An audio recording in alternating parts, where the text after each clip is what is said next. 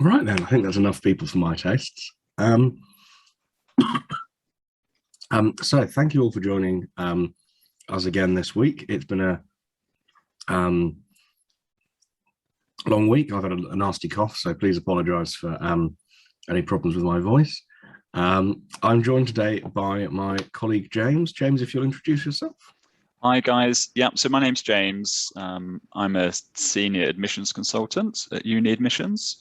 So it's essentially my job to chat with parents, chat with students, find out more about the applications and see whether we'll be able to support you in your sort of endeavours to get into the university that you're aiming for. Fab. And anyone who has been to any of these, we've been running these for well over a year now, which is a horrifying thought. My name is Matt. I look after our research team here at Uni Admissions. And so that's about making sure that everything that we recommend in this video and elsewhere in our materials is based on data. And that data is nowhere more important than when we're talking about today's topic, which is the importance of admissions tests. This is something we put a really big emphasis on at Uni Admissions. And so I'm really pleased to be able to talk to you about this today, because I think this is really where the additional value that we as a company offer really shines. So I'm going to be talking first of all about what matters most in your application, before talking about what the data say about a handful of subjects in particular, and then sort of working through why it is that the admissions tests are important and how big an impact they have on the outcome of your application. So just to start off with, I've excerpted this from the Oxford PPE admissions manual. So this is something I was fortunate enough to be able to get through the Freedom of Information Act. And this is the big book that the admissions tutors look at when they are working through the interview and application process for PPE at Oxford. And what this really highlights, and I think a lot of people aren't necessarily aware of, is that the admissions test is seen by Oxford and by Cambridge as well as being the most important factor in your application, more important than your GCSEs, more important than your predicted A levels, more important than anything you've done in your AS levels, and way more important than your personal statement. Now we have a sort of fun graphical way of representing this, which I'm sure James saw coming. So James, tell us a little bit about this pie chart that I'm about to figure out. The pie charts, yes. Well, when we're applying, we know that there are all of these different parts to an application, but actually how important are they relative to one another? I think that's something that students quite often don't really know.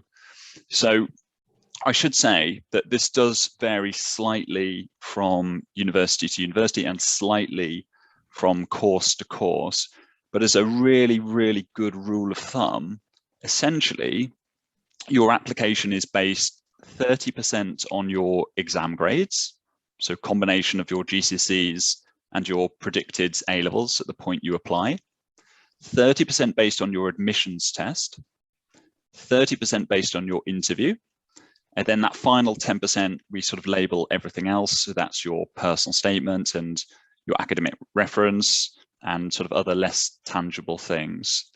And I think this is really useful because a lot of students feel very under pressure that perhaps they haven't performed as well as they'd hoped in academically.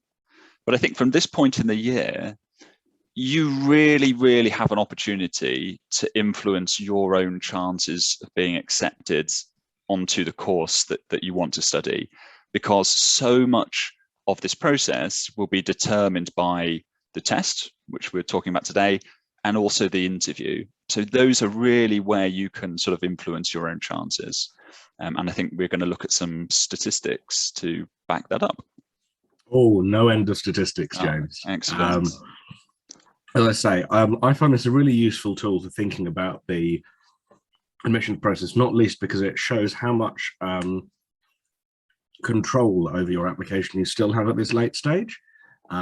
it's very easy to get caught up in the idea that if you don't have perfect GCSEs, and this is something I'm going to be really focusing on in the next few slides, that you don't have a shot, and that really isn't the case at all. So, as I've just been saying, this is the miracle of the slides. As the pie chart shows, you still have control over more or less 75% of your chance of getting in. Your GCSEs, they might be set in stone, but your admissions test is much more important than those. And so putting the time and energy into that in the coming weeks, because you've got, let me just have a quick look. I think, 6-7 weeks until the admissions tests. Really putting in the time between now and then is going to make an enormous difference to your chances. That can really make up for your GCSE performance, or if you've already got great GCSEs, really be the factor that seals that interview for you and puts you in a really good starting position. So James mentioned the data.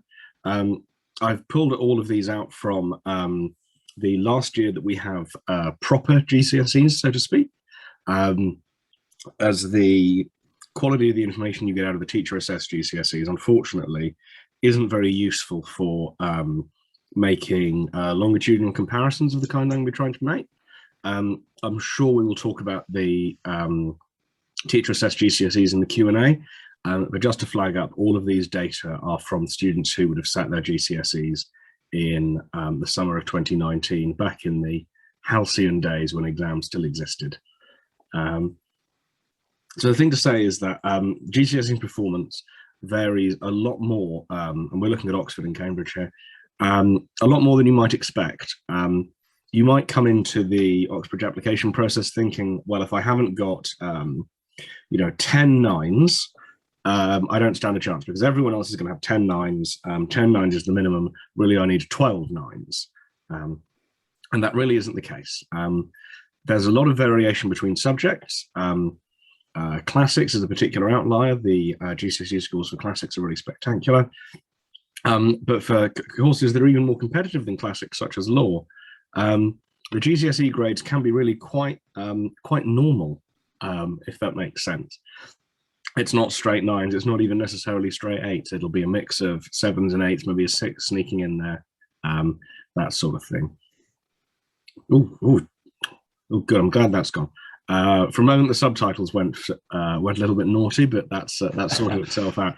We seem to have that issue when we're doing these open days, don't we, Matt? Yes, that's the second time that's happened. Hopefully it won't again. So let's not talk about 6 any further, and it should be fine. So to draw on a few examples, and these are based on the old grading system, because again, these are from the 2019 set. But I will be converting these into the 8s and the 9s and the 7s at some point, I'm sure. So for natural sciences, which is encompasses chemistry and biology, as well as physics at Cambridge, the average applicant was applying with 7 A stars, so if we call those 8s, a couple of 7s and a 6.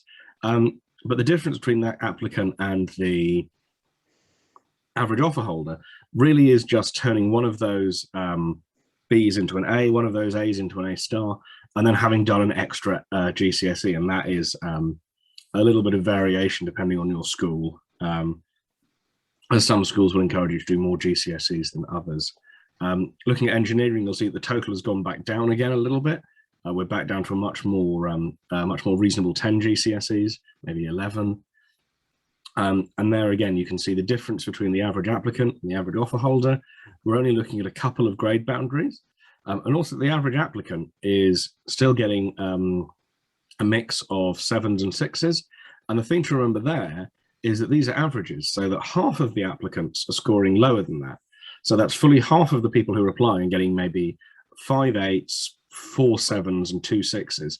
And that's still a completely reasonable application to put in. People are doing that all the time.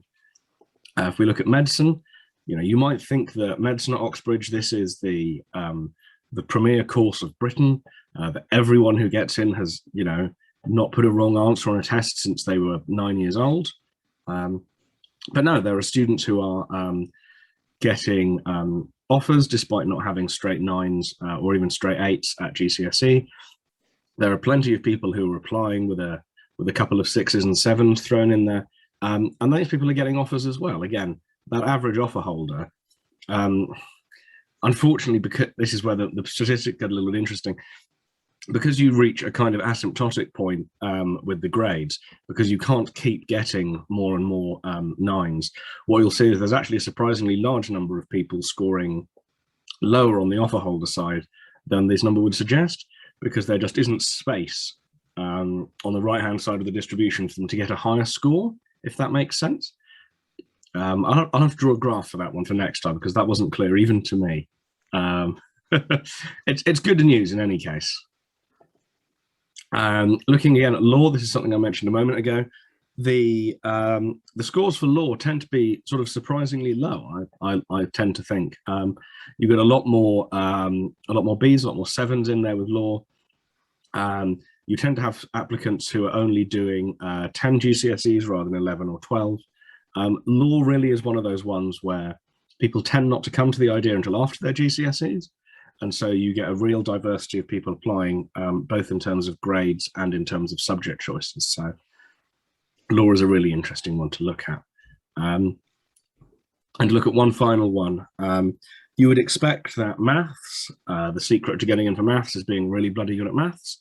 But again, we see here that there's a real diversity of scores in terms of GCSEs for maths at Cambridge. I imagine some of those Bs are probably for English or history or other things that our budding mathematicians perhaps aren't quite so keen on. But again, it's having a very good but not amazing profile at GCSE really shouldn't be a barrier to putting that application in, because there are people who are getting into Oxford and Cambridge despite having had a couple of Bs thrown in at GCSE, which I feel like is not what people expect to hear, and so I hope is good news. The other thing to talk about here is to talk about the varying competitiveness of different subjects. So the number of applicants for each place will vary a lot between courses. Students applying for biochemistry get in at less than half the rate that students applying for just chemistry do at Oxford. Why it is that people don't like chemistry, why they're obsessed with adding bio to the front of it to be interested in applying, I don't know. And is that something that you've come across in the students you've spoken to, James, a kind of sense of surprise about some of the courses that are more and less popular? Yeah, definitely. I think a lot of students don't get exposed to this sort of information. So thank you very much for putting it all together. I think schools, put a lot of emphasis on grades and on the personal statement, because those are the areas that they feel they have some expertise and can control. So there's obviously a lot more outside of that that's important. So yeah, I think sometimes students don't quite realize. They sort of go through this process and they think, oh, this is going to be difficult. They don't actually quantify, how it will be difficult compared to another course, for example. So yeah, absolutely. Sorry, but thank you for that, James. I was taking the opportunity to blow my nose. The sort of freshers flu redux that has come about from me taking my mask off after 18 months is, it's really hit me hard this week, which has been fun. The other area of variation I think is worth talking about is simply the number of places available. Because the University Hospital in Cambridge, Addenbrooke's, is much bigger than the University Hospital in Oxford, Cambridge trains nearly twice as many people for medicine as Oxford does. And yet, roughly the same number of people apply to each. Even though your chance of getting in for medicine at Cambridge is substantially higher, not because the standards are lower, not because the application process is easier, but simply because there are more places. So I think if you are on the fence, that's something to take into account. But this is also worth thinking about across the subjects you're considering, really taking the time to see if there's a subject that you haven't really thought about that is very close to what you've been planning to apply for, that could really boost your chances of getting in. and would ultimately still be something that you're interested in, because a lot of these subjects are not going to be things that you studied at school. For obvious reasons, we don't try to train 11-year-olds to become doctors. And so it's really worth looking into that information, most of which is publicly available online, or is stuff that we have a lot of expertise in and are more than happy to talk about if you ever want to get in touch, which is something we'll be talking about towards the end. So this brings us on to the admissions tests in a little bit more detail. So the first thing to say is that almost every subject at Oxford or Cambridge, there'll be an admissions test. There are a handful that don't have admissions tests, but pretty much every subject, I think well over 90%, perhaps even 95%, there's an admissions test that you're going to have to do. And so it is well worth being prepared. There will be plenty of people for whom the admissions test will come as a surprise, who are not prepared. You do not want to be one of those people. These are normally sat around 2 to 3 weeks after the UCAS deadline. I think it's 3 weeks this year.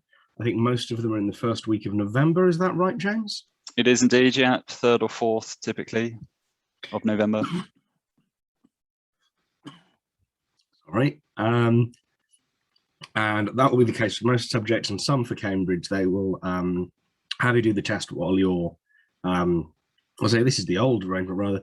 When you were up there for the interview face-to-face, they would do the tests then. But of course, this year, I believe that it's still online, which is unfortunate. I know from speaking to people at the universities that they do not like it online. So it is not something they've chosen particularly willingly. These tests are going to be online and in advance rather than on paper, which is something that is worth preparing for specifically. Obviously, everyone's been through well over a year of Zoom school now, but it is a different experience doing these things online, so it's worth preparing for if you can. So what I wanted to really stress at this point is the strength of the correlation between the admissions test and the outcome. So I have a handful of examples from different tests that I've pulled out. I have plenty more examples, but I didn't want to completely drown you in graphs. So here you have the Oxford physics test. What I want to talk about here a little bit is the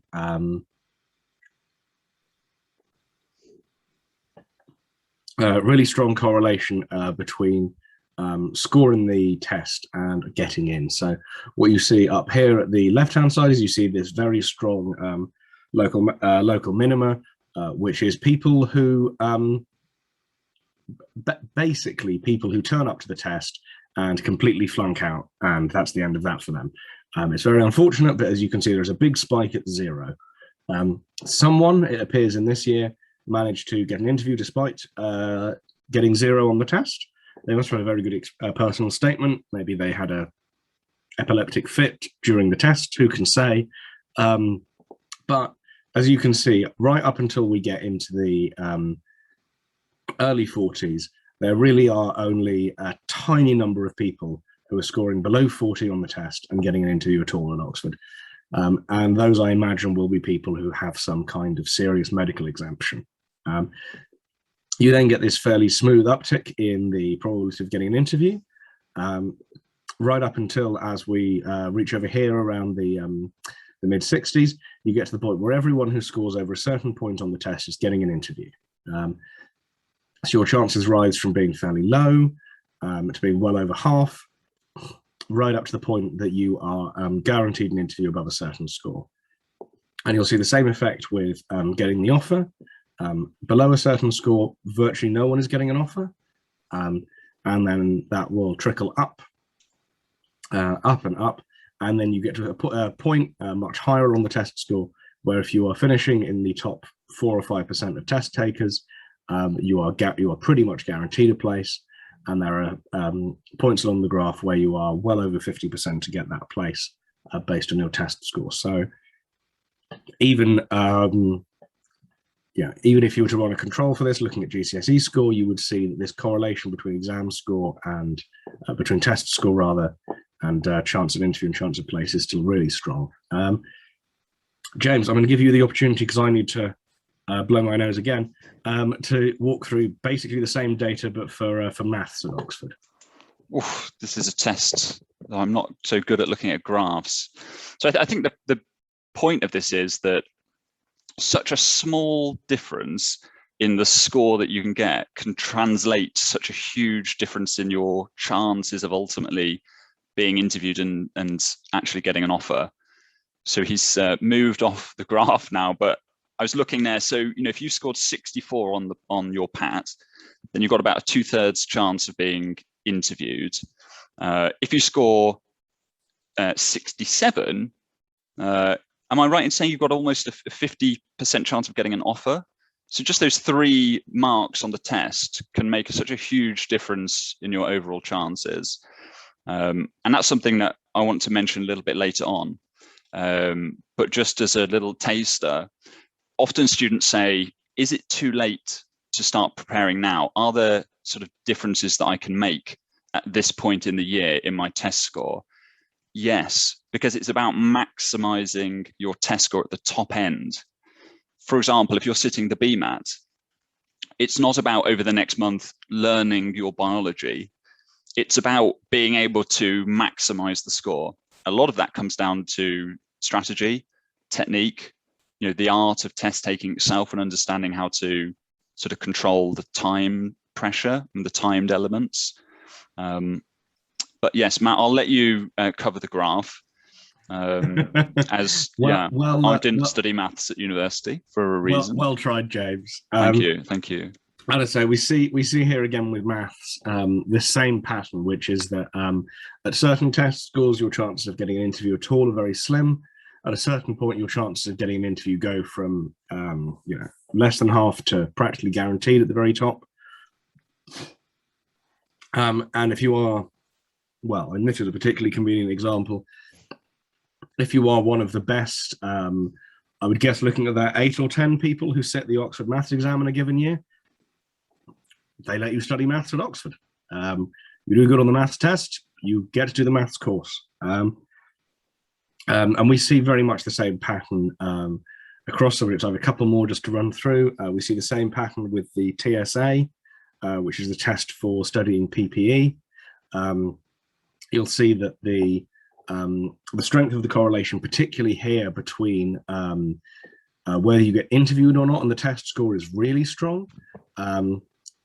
Your chance of getting an interview for PPE are very slim until you get into that top third of the scoring distribution, at which point you are more likely than not. But the gap between those students who are scoring 66, 67 and have something like a 1 in 3 chance of getting an interview, and students who are getting 4 or 5 points more who have suddenly a 2 in 3 chance. James talks about whether you can still make a difference. If you think you can answer 2 questions correctly, you wouldn't have answered correctly in that time. That's more than enough to make that difference.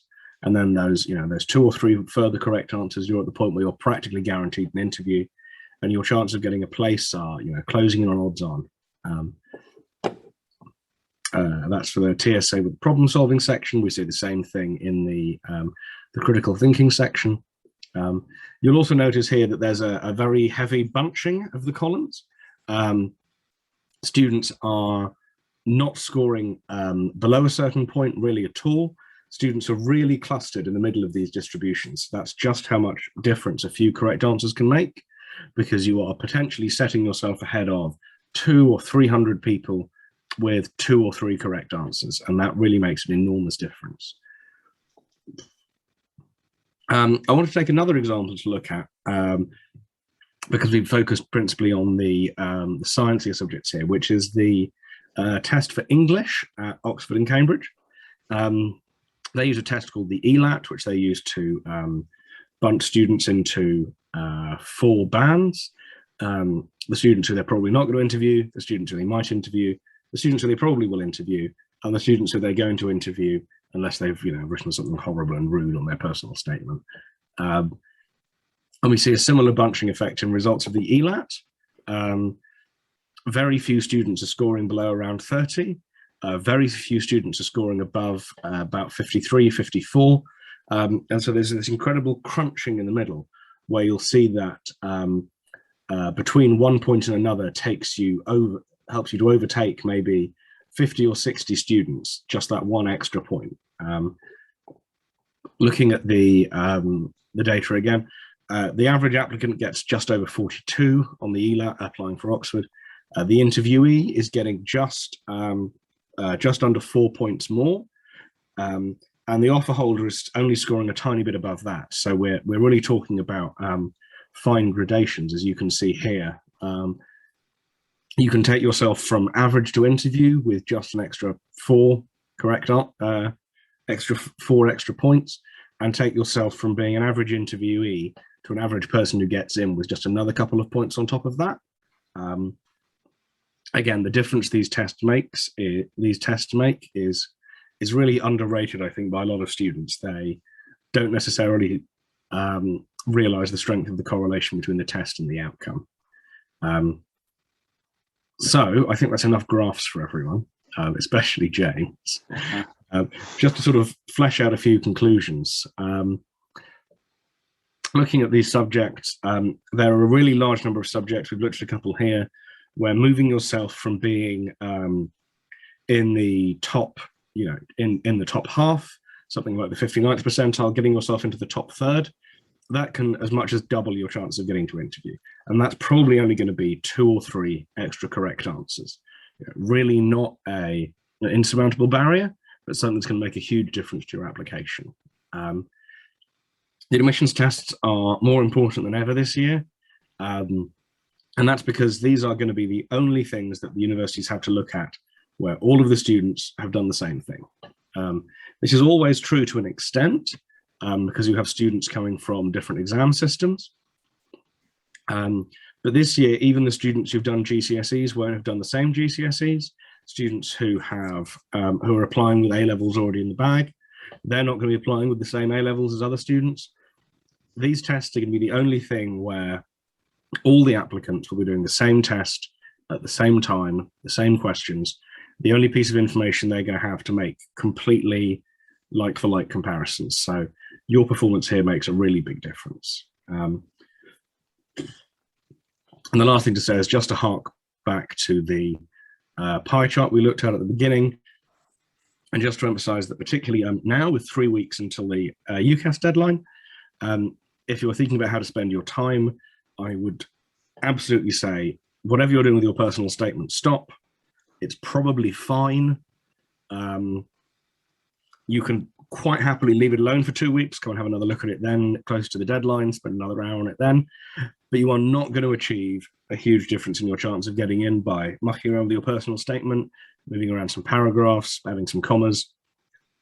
You should be focusing on the admissions test, because that's where you can make a difference with 2 or 3 correct answers, and the personal statement just isn't going to give you that kind of value.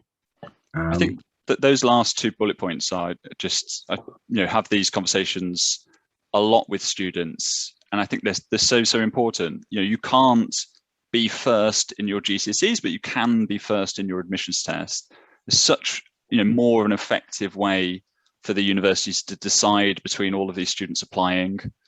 You think about a student's profile outside of an admissions test, there's not a lot of difference, is there?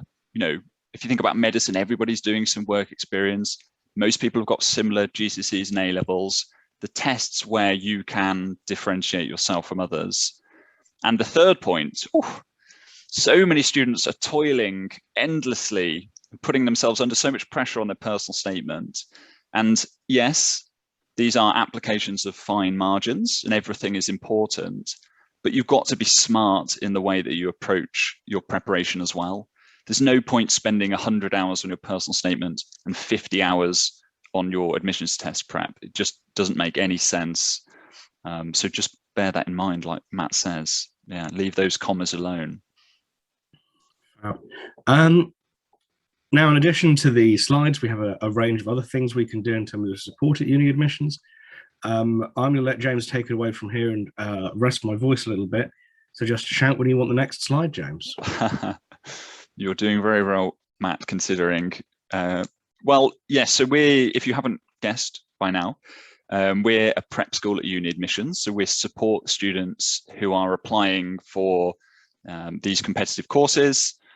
mainly Oxford and Cambridge, but also sort of medicine and outside. And we have programs of support to focus on improving all of the different elements of the application that make a difference. Typically, there are sort of 4 parts to a program, and I'm just going to very briefly talk you through those 4 parts to give you some sort of context to this. So, Matt, the first part is yes, one-to-one tuition. Okay, so one of the differences between doing this yourself and having a tutor is feedback. It's quite hard for you to gauge your own progress when you're preparing, and it's even harder to understand how to further progress, particularly if you're hitting a plateau on a test score, which most students do. So as part of our program, students will be working with a tutor. Typically, our tutors have studied that same subject at Oxford or Cambridge. So for example, if you were to be applying for medicine at Oxford this year, then your tutor would be a tutor who themselves studied medicine at Oxford. So I think that's important, working with someone who's been through this process successfully. And the idea really is to identify where your strengths and weaknesses are, and then work on systematically improving those, particularly making a difference in test score. So that's the first part of things, one-to-one tuition. The second part, okay, I'm skipping ahead. So it's important that you, mum and dad, us, everybody understands how you're progressing. I think that's really, really important. So after every session with your tutor would write a report for you, sort of detailing what's happened in that session, but more importantly, what you're doing well at and where you need to continue to improve. Having that real clear understanding is so, so important. It's important for your motivation to feel that you're making progress, but for you to actually be focusing in the right way as well. So we have a report written after every session. The second part of a program,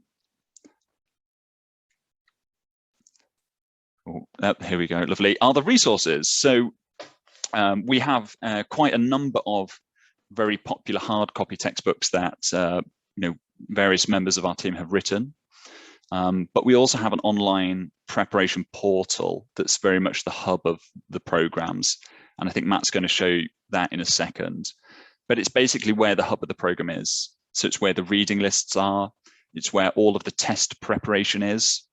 I don't know if we go into detail here, but we have quite a systematic learn, revise, simulate environment. So for the tests, learning the content based on the specification of the tests, so really making sure you understand that. Revising, so working through timed question banks, and then in the simulate, doing timed mock testing. So there's a kind of bit of a systematic way of going about this. Everything's sort of contained within the portal. So that's the sort of second part of this, really. So you work with your tutor, you get that input, and then your tutor sets you work to do between each session using all of these materials and resources. So it helps you keep the consistency of your preparation, but also really helps you to focus kind of where to be spending your time, which is particularly important when there is a finite amount of time left, such as admissions tests. You have to be working smartly over the next month or so. All right, so that's the second part. The third part are the weekly enrichment seminars. So these take place every Sunday throughout the year. And the idea is that they're sort of replicating a combination of an Oxbridge-style lecture and an Oxbridge-style sort of tutorial or supervision, so that sort of small group learning. So you'd be joining the other applicants in your field with our lead tutors. And every week we look at a different topic within that subject. So for example, in our medicine stream, we're looking at different topics each week within medicine. There's a handout introducing that topic. There's some pre-reading for you to do.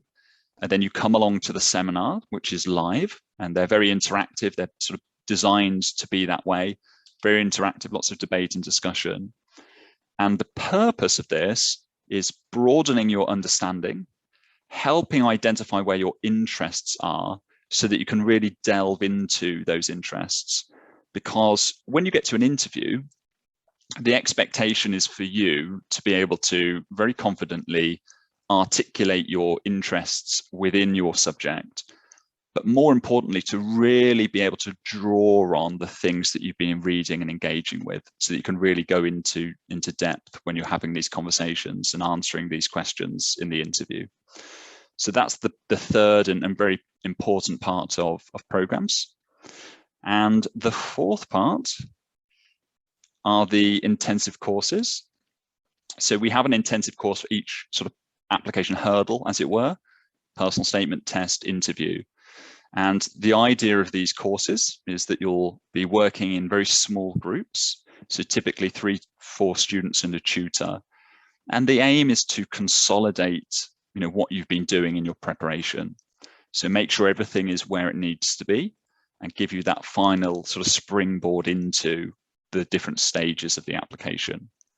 And they serve as a really good opportunity to sort of take stock of everything and head into the test, the interview with that sort of confidence that everything is where it should be for you. And those are the 4 parts of a program. They sort of work together to ultimately produce a successful result. And I think we have some more data at some point to just quantify what that result actually is. Absolutely. Thanks, James. We're really proud to say, based on our newest information from last year, but that all of that support does seem to work. Students working with us were around 3 times more likely to get offers from Oxford and Cambridge than the national average. And that success rate compares really flatteringly as well with some of the top schools in the UK. So even the Eatons and the Westminsters, we were able to do a little better than them. Obviously, they have much nicer buildings, better sports facilities, but we do hold our own against them when it comes to the Oxbridge business, and at a somewhat more reasonable price, I would venture, than some of these places. The two final things I wanted to talk about were we have a range of nice reviews on Trustpilot, which I encourage you to go and have a look at. So please do go and have a look at those. I've pulled out a couple here, but if you've enjoyed this webinar, if you are planning to work with us and have nice things to say, or if you simply want to have a look at what other people have had to say about us, please do have a look on Trustpilot. That would be really helpful. And we also have the foundation, which I want to talk a little bit about. James, you'll have to sort of fill me in on a couple of details here. So last year we were fortunate enough to work with very nearly 100 students on a reduced fee basis. And I know that those students were, in the most part, very successful with their applications. That's something we're really proud of. How are we doing on getting towards that 250 target so far this year, James? Do you know? So I don't have the data to hand, but I think ultimately we want to fill that quota. And as we always say, it's not for sort of lack of trying. I think there's just a lot of students don't realize this exists. A lot of students just immediately think that they won't be eligible for this sort of support. Have a chat with us. Let's see if you are. We want to make a difference here. We want to help students who perhaps can't sort of afford this sort of thing themselves. So do get in contact. You never know, you may be eligible. If not, okay, but at least you've tried. I don't think we're close to that target, Matt, even though we talk about this every week. We just don't have enough people wanting to take advantage of this, unfortunately. There you are. If you're in any doubt, please do get in touch, because we would really like to help. We're definitely not going to make that one-to-one target in 2022 without your help. So do get in touch. I also recommend checking out the Uni Admissions Podcast, which is produced by Will and Rohan. They still inexplicably have not offered me the chance to appear as a guest, which I'm quite unhappy about. But you can listen to that, and that is a really good source of further insights, as well as a little bit more fun. And given it has no slides, is much easier to enjoy while you're, going for a jog or whatever it is you like to do with your spare time. We're going to start talking now about the. No, we're not. It's going to be a Q&A. We're going to start answering some questions, so please do drop them into the Q&A box to try and answer your questions. If you have questions that are a little detailed, a little specific, that are very much to do with you, please do get in touch with us by booking a consultation. There should be a little animation running now showing you how to do it. That will give us the opportunity to answer your question in the detail it deserves, but which may not be possible in this format because I don't want to spend too long answering one person's question while we have another dozens of other people waiting, and the answer may not be particularly valuable to them. I can see that Natarian has asked about getting in touch. So yeah, please use the consultation form on the website, Natarajan. That will be the best thing to do. You can get in touch with James. You can get in touch with Will. Whoever else is on the whose shift it is in the team this week. All of those guys will be available to you. And yeah, let's kick off. So if you pick out a few questions you like the look of, James, we'll sort of work our way through. Sure. So Anna asks about international students. So I don't believe we have anything specific planned for international students between now and the application deadline. This is a good opportunity to get in touch with us directly because I believe we have a fair bit of experience with students coming from the US, right? We do actually, increasingly over the last few years. I don't know what's happened in the US. There seems to be some shift where, over the last few years, a lot of students have turned their attention towards Oxbridge, which I think, 5 or 6 years ago wasn't the case. I've had some interesting conversations about why that might be, but we'll leave that for another day. We do work with a lot of US students. We actually, a few weeks ago, we had one of these open days where we discussed international applications to Oxbridge. So that's certainly a good starting point. But get in contact with us, book a chat with us, and we can answer your questions more specifically. But yes, we do indeed work with a lot of international students, and we do very, very well with them. Here we go. Okay, so Priya has asked, are you focused more on medicine? Do you have expertise in computer science at Cambridge and TMUA material? I can say that we do, actually. I think that over our sort of years that we've been doing this, we've got offers for pretty much every undergraduate course that is offered at Oxford and Cambridge, outside of those really bizarre sort of ones. We work with a lot of computer scientists. Last year, in fact, over the last 3 years, we were able to get 1 in 2 of those offers. So we do really, really well. Pretty much any of the competitive courses at Oxford and Cambridge we support. And that program that we talked about, those resources, those materials, we have that for all of those courses.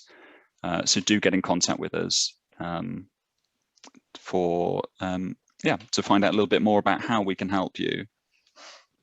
All right, so that was Priya's questions. Yeah, Zoe asks about further preparation for the hat, and brings up some of her existing grades. So your existing grades, Zoe, look great. They should be more than good enough for a competitive application. I think you're in a really good position. In terms of preparing for the hat, we have additional papers for the hat, I believe, available through the admissions portal. So that's something we'll be more than happy to share with you as part of working with us. But if you have exhausted the papers online, that are freely available, we really recommend coming on board, and we can provide further resources. But you can also sort of create your own papers for the hat. Look at the kinds of sources you're being given, see if you can find parallel examples in your own reading and other historical texts. Just really practice those skills as well as the admission tests themselves, and really work through the answers you've written. Have a look at the marking criteria, really understand what you're doing and how well that conforms to the sort of the marking scheme, so that you're doing what you need to do. I think that's an important point, actually. Sorry, Matt. For the hat particularly, it's a skills-based test, isn't it? So you don't. I mean, obviously it's nice to have past tests, but actually it's working on each of the different skills that you're being tested on. So your ability to sort of write clearly and precisely, that's a skill that you can develop outside of actually using hat papers. So that's something that's important to note as well. For tests that aren't specifically based on subject knowledge, and even for those tests which are, it's very much about skills. So the skills of test taking, how much time do I allocate per question, that sort of thing. A lot of students won't even consider that when they go into a test, and they very quickly find themselves getting behind and sort of panicking. That happens a lot. So there's a lot more to it. Work with somebody who's done this, work with somebody who's experienced in improving test score. That's a big part of it as well. Sorry, Matt, I interrupted you to the point that you've turned your video off. No, it was a good opportunity to continue dealing with my nose. Thompson asks about centre assessed grades. So pretty much everyone will have centre assessed grades this year. There haven't been any proper exams since the summer of 2019, and Oxford and Cambridge were very keen on centre assessed grades being put in place right at the beginning of this process back in the summer of 2020. They were big supporters of that, rather than of delaying the process or using the horrible algorithm, if you remember that. So you are at no disadvantage at all if you're using centre assessed grades. Most people will be. That's absolutely fine. Don't worry about it. The only thing to say is it does just put a little bit more weight on the admissions test, because it's going to be the only example of a test that you and the other applicants have all done that's the same. Whereas obviously in years past, the A-levels and the GCSEs would have been more effective for making those kinds of comparisons. Let's continue to have a look. Sanjeet has a good question about medicine, James, if you can tackle that. Where's this one? If applying for medicine, is Oxford a better choice compared to Cambridge if all 9s and GCSEs expected a good score in BMAT? Yeah, I mean, so typically Oxford are more interested in GCSEs than Cambridge. So if you've done sort of flawlessly in your GCSEs, then I think Oxford is open to you. The reverse, I'd say, is something to consider as well. If you haven't done as well in your GCSEs, to potentially veer towards Cambridge. So, yeah, I mean, you're in a position where you could certainly apply to Oxford. Ultimately, there are no guarantees in this. It's going to be very competitive, but from that very little piece of information you've given me, you seem to be ticking the boxes. We would need to clarify what that BMAT score is. So again, I would sort of urge you to get in contact. Let's discuss it a little bit more. But yeah, I'd say Oxford seems like it could work for you. Yeah. Thanks. Emily asks about resources in addition to the NSAA past papers. So obviously with the NSAA, you're applying to Cambridge for natural sciences. Now the level and difficulty of the questions that you're going to be encountering on that exam are going to be just the same as they would be if you're applying to Oxford. So I would take a look at the equivalent Oxford exams. So that's the PAT. That's whatever they use for biology. I can't remember the acronym off the top of my head, but I would look at those. And I would, again, recommend getting in touch with us, looking at some of our books available on Amazon, as we've got lots of resources in terms of additional practice questions that we can provide. Just having a look. Yeah, we've had a few questions about the importance of the tests subject by subject. So having run the numbers, I'm very confident in the data that I've put out in this presentation. It's all pretty representative. Obviously, there are small variations between subject to subject, but generally speaking, whatever you're doing now, more admissions test is going to be more valuable than more personal statement. And I would recommend focusing on that at the present moment. I'm going to try and avoid answering any questions that are too subject specific, just because I can't get hold of the data now because I'm using the computer to run the PowerPoint, and I don't want to go into too much detail on one subject rather than others. James, do you have any suggestions for students who are struggling with particular parts of an admissions test? The example CHAM has given is problem solving. Are there any tips you can give? Yeah, I think that exposure to those sort of questions is important. Sort of, understanding what those sort of questions look like, and that doesn't necessarily have to be past papers. Sort of plug ourselves here, but what a lot of what we do is sort of question banks based on the styles of questions from the tests.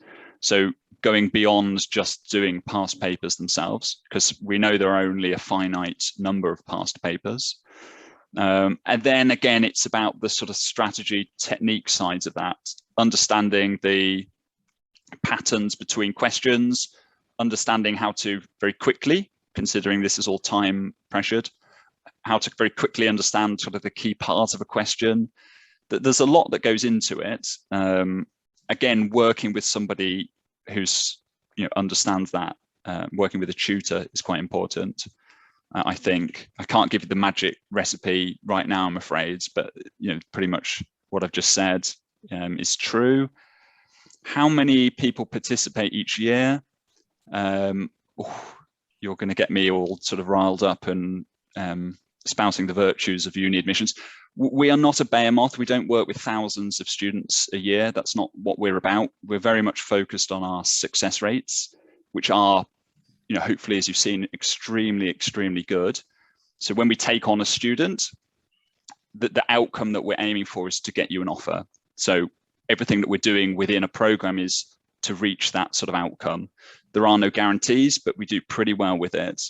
So we typically work with sort of around, would you say 250 students per year, 250 to 300 students across all our programs, Matt? Yeah, that sounds plausible to me. It's hard to tell at the moment because, of course, we don't have any in-person events, sadly, so I haven't had the chance to count them.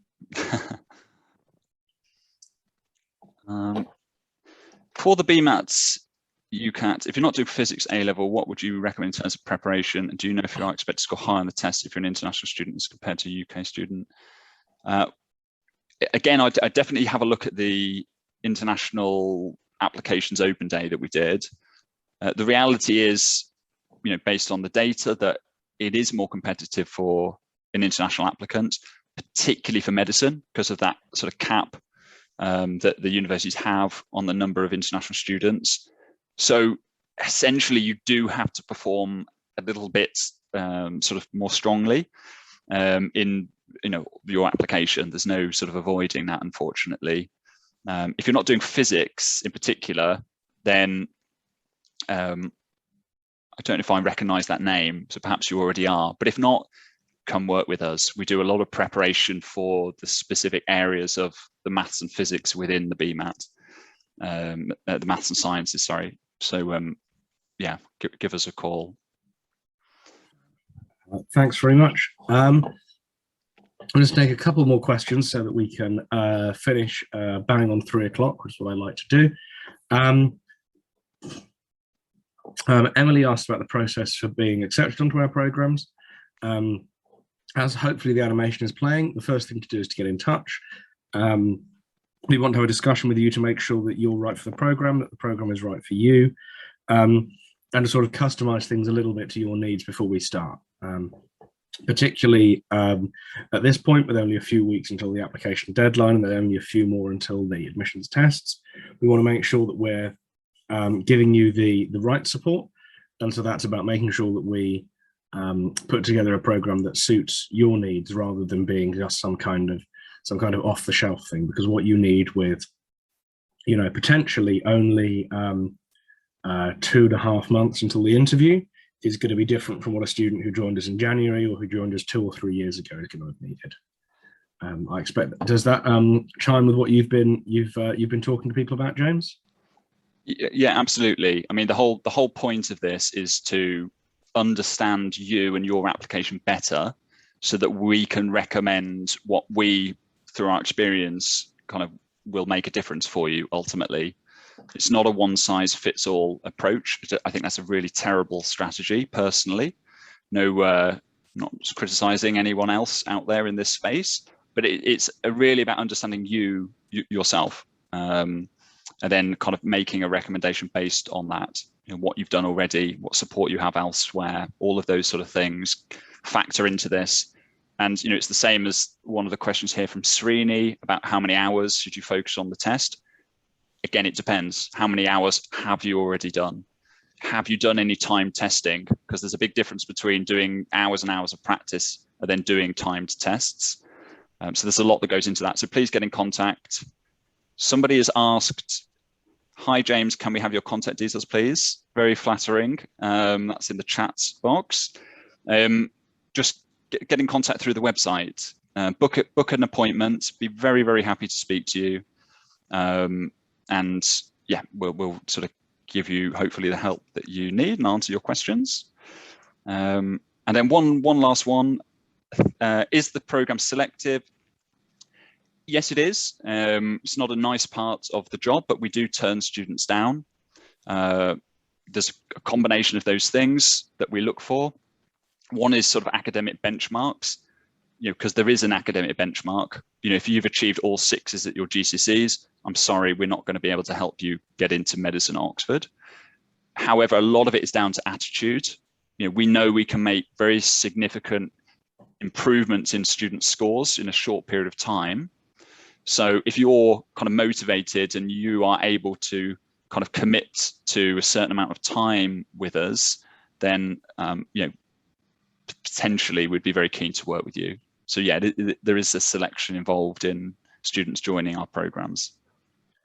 Fab. I think we'll call it a day there. Thank you so much for joining us, everyone.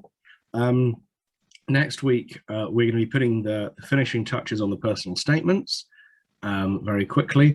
Thank you for coming along. Thank you, James, for helping me out. This is so much easier when there's 2 of us rather than 1. Yes. And as I say, we'll catch up with you all next week. We'll be talking about personal statements. Have a lovely weekend, everyone. Bye, everybody.